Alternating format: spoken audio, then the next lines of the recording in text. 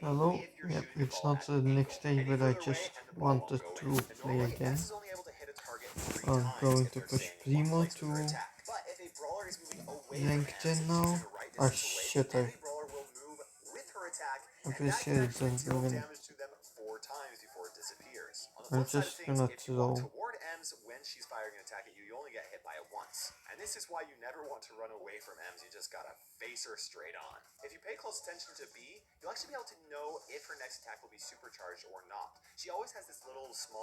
I'm at the around Queen. What? I'm just gonna grab 10 gems.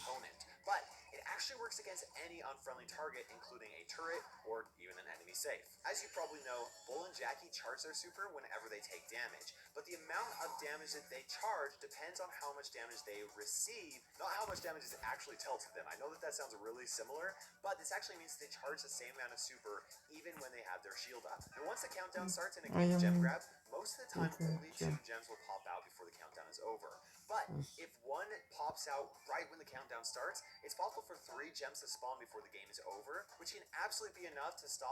I'm currently dying.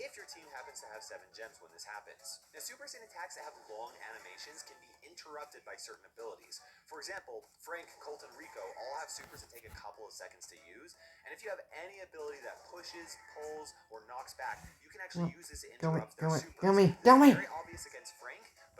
God, I wanted a clean. Why the fuck did it even reset? I had a solo showdown on. I didn't have anything else on. Why the fuck did it reset? I'm gonna lose trophies now.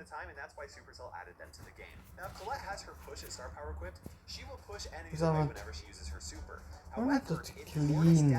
God fucking dang it.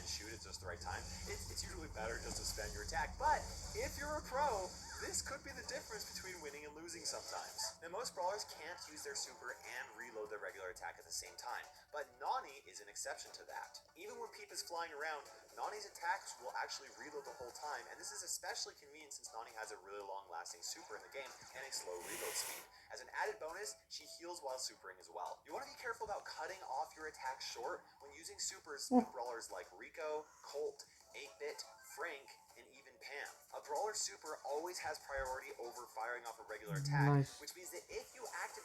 Oh.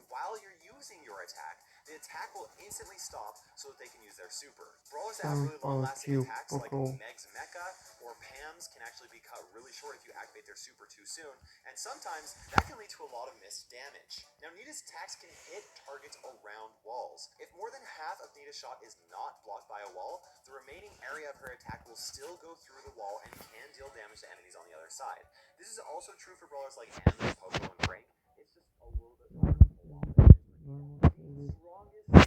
Power punches into there.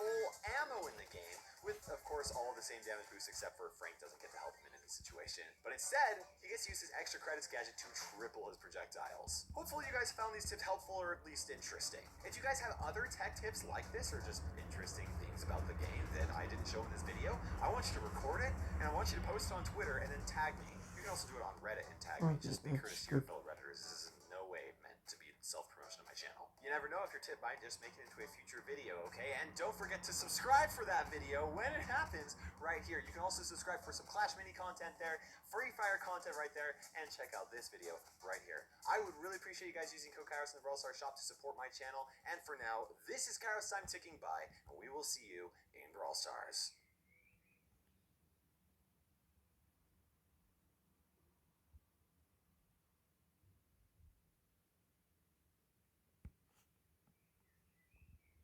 Dude, should have auto-aimed. Inevitably to Primo in a big ass wall.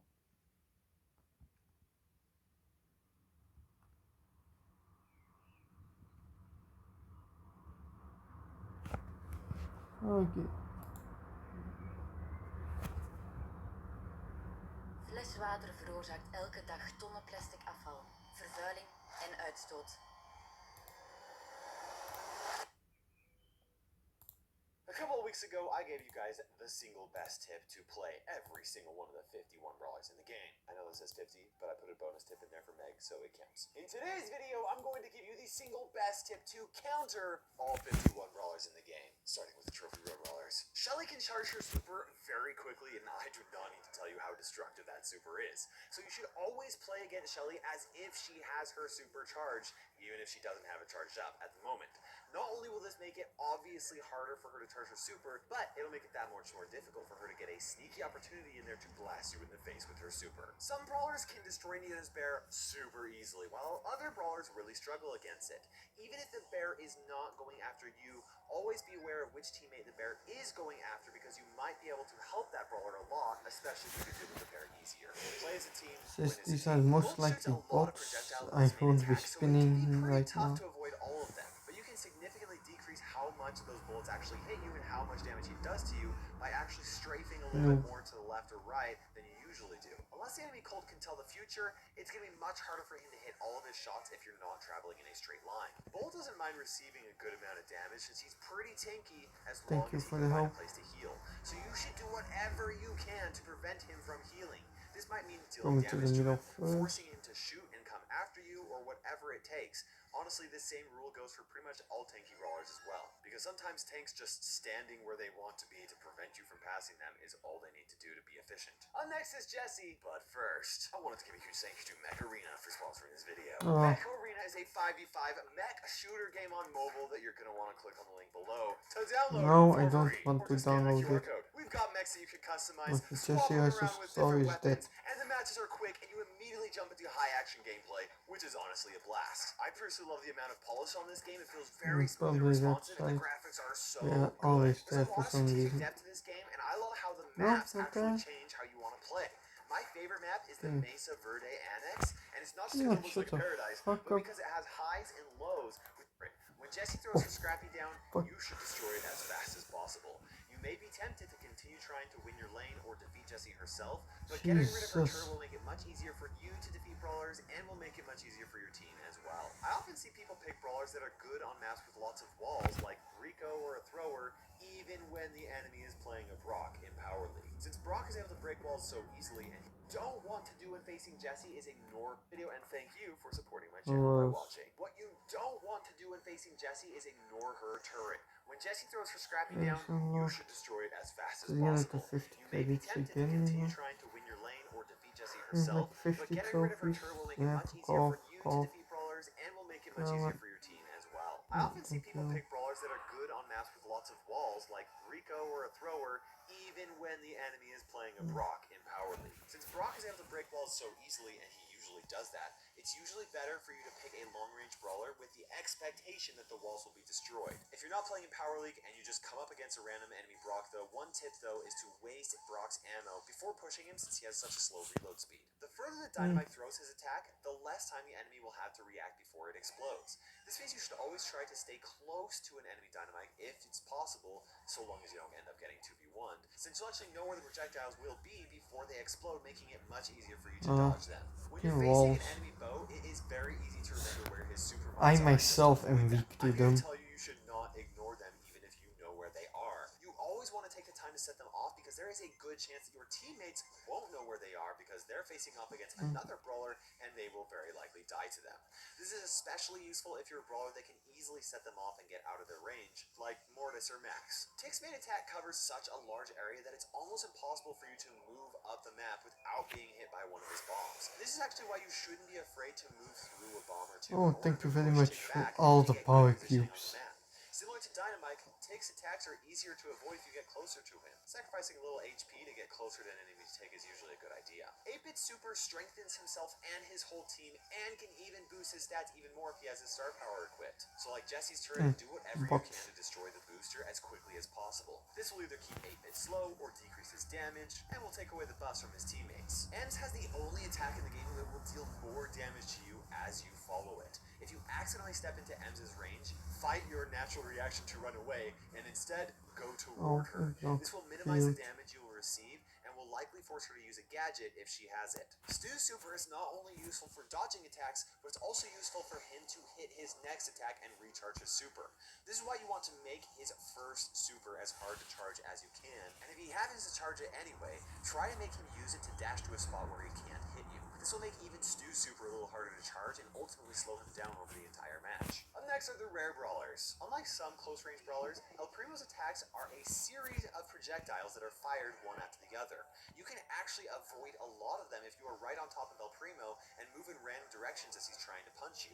You probably won't dodge all of his attacks, but you will decrease the amount of damage that you take significantly if you dodge from the right spots. Barley does well on maps with lots of walls and choke points since he's all about area control. This is why you should try to make it a priority to break the walls that the Barley seems to be hiding behind and open up the map a little bit more. This will widen up the area and give Barley less of control because there will be fewer choke points and less walls for him to use to protect himself from you. Poco is certainly not the best brawler in 1v1 situations and will almost definitely lose every single time without his super. This is why you always want to keep an eye on where Poco is on the map so he doesn't have opportunities to hit multiple targets. You may think that there is strength in numbers, but that is not usually the case against Poco unless you're spread out. Rosa's super gives her a shield that prevents 70% damage dealt to her, which basically makes her indestructible while active.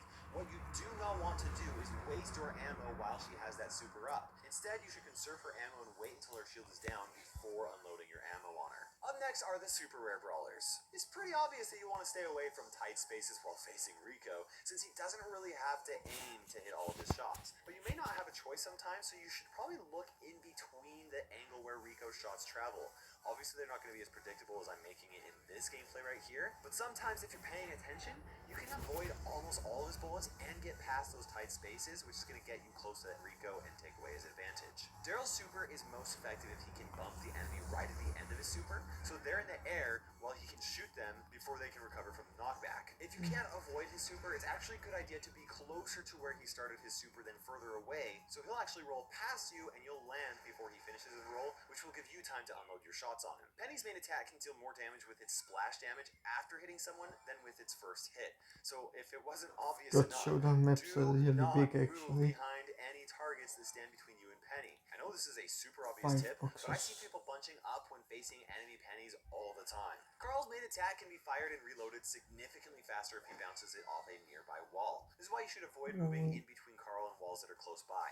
This will also make Carl have to wait for his main attack to travel its full range before he can hit you with it again, which just gives you plenty of time for you to defeat him and avoid the attack. Since Jackie can hit targets behind walls, most people know to stay away from Jackie even if she's on the other side of a wall. But something you may not think about as much is placing your turrets, cannons, totems, and anything else away from walls, since it will make it easier for Jackie to destroy them. Up next are the epic brawlers. Piper has a pretty slow reload speed, but her shots can deal a ton of damage at max range. If you're struggling to dodge her shots, sometimes it's worth it to use a gadget or like a super to place an object in front of you to tank a shot or two. You might buy enough time to heal a little, and she'll have to waste an extra shot or two, so you'll be able to get close enough to her to make her shots become a bit weaker. Obviously, this tip doesn't work for every brawler, so otherwise, just try and make her waste her shots because her reload speed's so slow. Pam's attack fires 9 projectiles in total.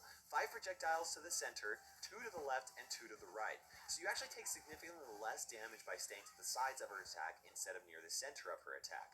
But near max range, you can actually completely avoid all projectiles by positioning yourself like this. This is really tricky to pull off in actual combat, but if you learn to do it, you can avoid massive damage. Frank super stuns enemies for so long, he's usually able to take out most brawlers before they are free from that stun. This is why, unless you know where Frank is on the map, keep your distance from all bushes. Even if there are walls or boxes between you and the grass, it's safer to assume that Frank is hiding with his super until you find him than risk getting close to a bush and getting caught by an unsuspecting super. With BD's charged attack, she can push enemies so far that they're actually out of her The range. shotgun So I skill hunters, BDs you usually have try to so knock much you back into a wall so that you're still within her range. range. If you can't avoid being hit by it, try to line yourself up so that you do get knocked back at full distance. You'll be able to stay out of her range and avoid getting hit by her again, and a lot of times you'll actually outrange her. B can deal tons of damage, but only with her supercharged shot. Playing against B is as simple as playing aggressively while she doesn't have a supercharged shot, and playing passively when she does have it charged up.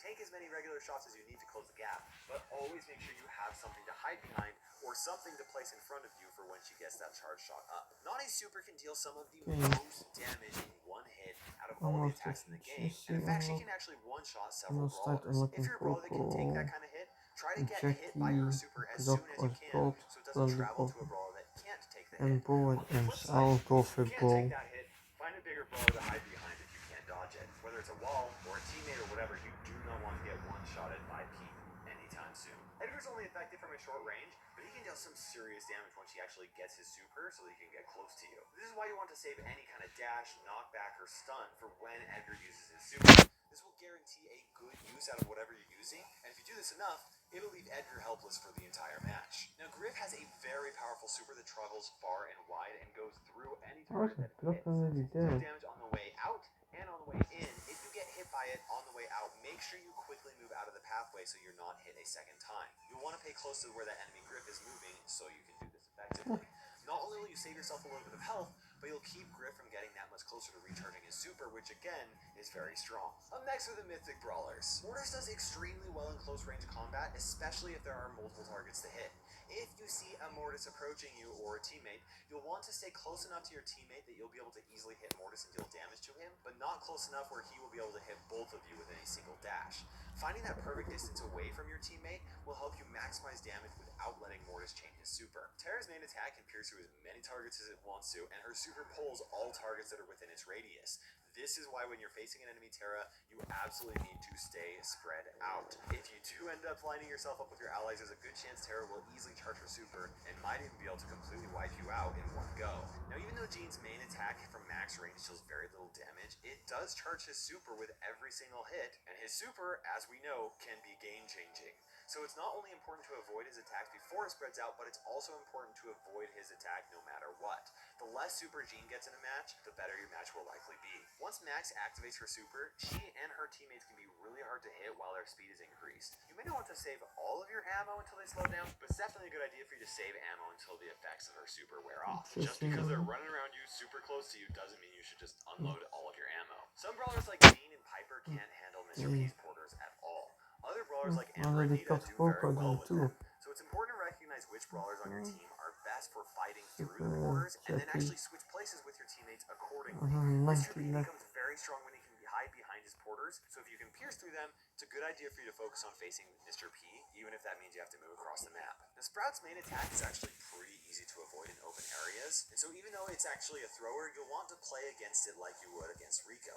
Break whatever walls you need to, avoid tight spaces, and get as close as you can to it. This will make it much harder for Sprout to hit you, plus Sprout will have a harder time boxing you into small spaces with its super. Now when you're facing some brawlers, it's a good idea for you to kind of chip away at their health over time until you can take them out. But when they're getting healed by Byron, it is almost impossible for you to do this, which is why you should save your ammo, super, or whatever you've got so you can unload it as quickly as possible, whether that's on Byron or whichever brawler he's trying to support. If you're fast enough, Byron's healing effect won't have enough time to make much of a difference. He obviously can't heal a brawler that's defeated. If Squeak sticks a blom on you, you are going to take damage.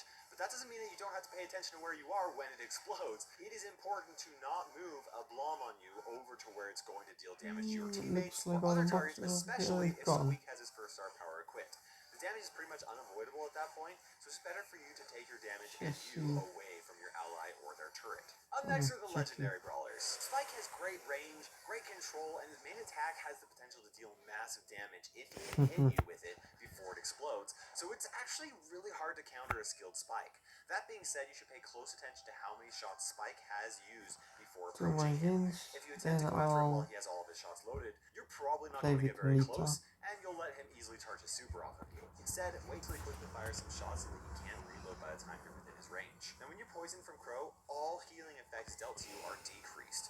Whether you're using a gadget to heal yourself or a super to heal a teammate, try to wait until the target is not poisoned anymore so that the full healing effect is received. Since Crow does very little damage over time, healing can actually be very useful against him, but if you're not paying attention to who is poisoned by Crow, there's a good chance you and your team are going to struggle to heal. Leon's super can get him almost to any point on the map without being seen. This is exactly why, unless you know exactly where Leon is, you should pretty much assume that he's either invisible and he's coming for you, or he's hiding in a bush that you wouldn't normally suspect him to be in. Even if you're not sure if he's actually invisible, it's a good idea to play it safe until you are absolutely positive where that Leon is. So go find your teammate, get a gadget ready, or just retreat to a safer spot. Sandy's super covers a very large area, but the super itself isn't exactly what will get you hurt. It's the enemy brawlers inside of it. So make sure not only to stay clear of Sandy's super, but to stay very far away from it so that the brawlers that in it won't be able to surprise you by popping out and hitting you. Not only will this make it harder for the enemy team to capitalize on his super, but it will also make it much more difficult for Sandy to recharge his super, which normally can actually take him a long time to do. Strafing against Amber is pretty much useless since she just has to auto-fire in order to hit you. And depending on how far away you are, sometimes you just can't avoid it. Your best bet is to either use walls to hide behind until you can get closer to her, or swap sides with a teammate that can actually outrange Amber. Her flames pierce through anything they touch and will follow you wherever they go, but if they can't reach you, none that actually matters. Now I have two quick tips for Meg. First, she's completely vulnerable while equipping the mecha, so you can usually be aggressive when she's charging her super up in hopes of killing her, or possibly even just charging her super while she's vulnerable. And second, she currently doesn't have any ammo when her mecha is destroyed, making that another very vulnerable time for you to focus on killing her. Gonna push to clean it so please, and then pushed you all the way outside of his attack range. You can kind of think no of his super boxing like there, I'm Amy's going knockback, where you directly do to the not want middle. to get knocked back into a wall, because then he'll be able to follow up with attacks. Instead, you want to try and stay outside of his attack range or even his super range, or position yourself so that when you do get blown away, you won't hit a wall, which will give you an opportunity to escape. Now, Surge has a lot of potential to do some serious work, but also a lot of potential to hardly do anything the whole match. This is why you need to stay out of his range or use your gadgets or super as many times as you can to prevent him from charging his super up. If he does get his super throughout the game, you need to make it a priority to defeat Surge, even if that means your whole team trying to take him out. Any Surge at level 3 or 4 needs to be defeated at almost any cost. Now Colette deals damage based off of the enemy health instead of dealing the same amount of damage to each shot, so she's really not afraid of big brawlers. If you're unfortunate to face Colette with the bulky brawler, you honestly want to just avoid her like the plague. With how fast she can charge her super and how much damage she deals with it, it's best to have her fighting against smaller brawlers with less HP, so don't be afraid to switch with your teammates to make sure you have a more favorable matchup. Sometimes you can't avoid Lou's super since he can throw it right on top of you. If this happens, you need to choose the direction you want to be moving before the ice puddle lands on you, since changing directions inside of the ice puddle takes way too much time. This will be the fastest way to get out of a super and give you the best shot at living through it. Bonus tip, pay attention to where the walls are because walls are their worst enemy when you're stuck inside Lou's super. Each time a brawler receives damage boosts from Colonel Russ's super, the team gets scarier and scarier. Think of Colonel Russ's super as a 7-star bounty. Whoever has it needs to be taken out as soon as possible. As long as you can keep Colonel Russ's whole team from receiving a damage boost, you'll have a pretty good chance at overpowering his team in the long run because Colonel Russ, without his boost, is actually pretty weak. Now this tip might be a little too obvious for Belle, but it still happens so often that I feel like I have to say it. If anything is hit by Belle's main attack, run away from that thing. On the other hand, if you are hit by Belle's main attack, do not run toward your friendly targets. This is all to avoid bounce shots from Belle's attack. And if you can avoid those bounce shots, Belle won't be able to charge her super as quickly, and you'll also be able to start healing way faster. Honestly, it just comes down to paying attention and acting accordingly. If Buzz stuns more than one brawler with his super, he will recharge his super so fast that you won't be free from his first stun before he's actually stunning you again. Do whatever you can to stay away from your teammates while Buzz has his super. You can stay close enough to offer some help in case your teammate does get stunned. And in fact, I would encourage you to do that, but you don't want to pile on top of each other. Ash becomes very strong by taking a lot of damage, but then healing up since his rage bar doesn't deplete as fast as he can heal. So try to defeat Ash with powerful shots as quickly as you can, instead of trying to wear him down little by little. The goal is to either defeat him or keep him walking around with minimal rage. And there you have it, 51 tips to counter all 51 brawlers in Brawl Stars. Now is where I would ask you to actually put your own tips for countering various brawlers. In other words, please just vent your frustrations when playing with randoms. And hopefully this will help everybody read in the comment section below. Hope you guys enjoyed this video. Make sure you subscribe for more, and there are other videos that you can watch right here, right now. Don't forget to use code Kairos in the Brawl Stars shop to support the creation of these videos on my channel and also support my family as well. And for now, this is Kairos time ticking by. We will see you in Brawl Stars. The bear has as much health as Nita does. That's something I didn't realize. At least at this level.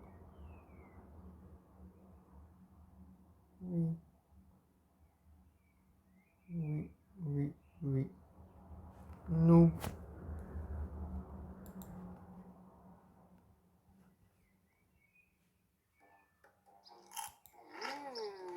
Well, tomorrow I'll be doing the quests and another video to do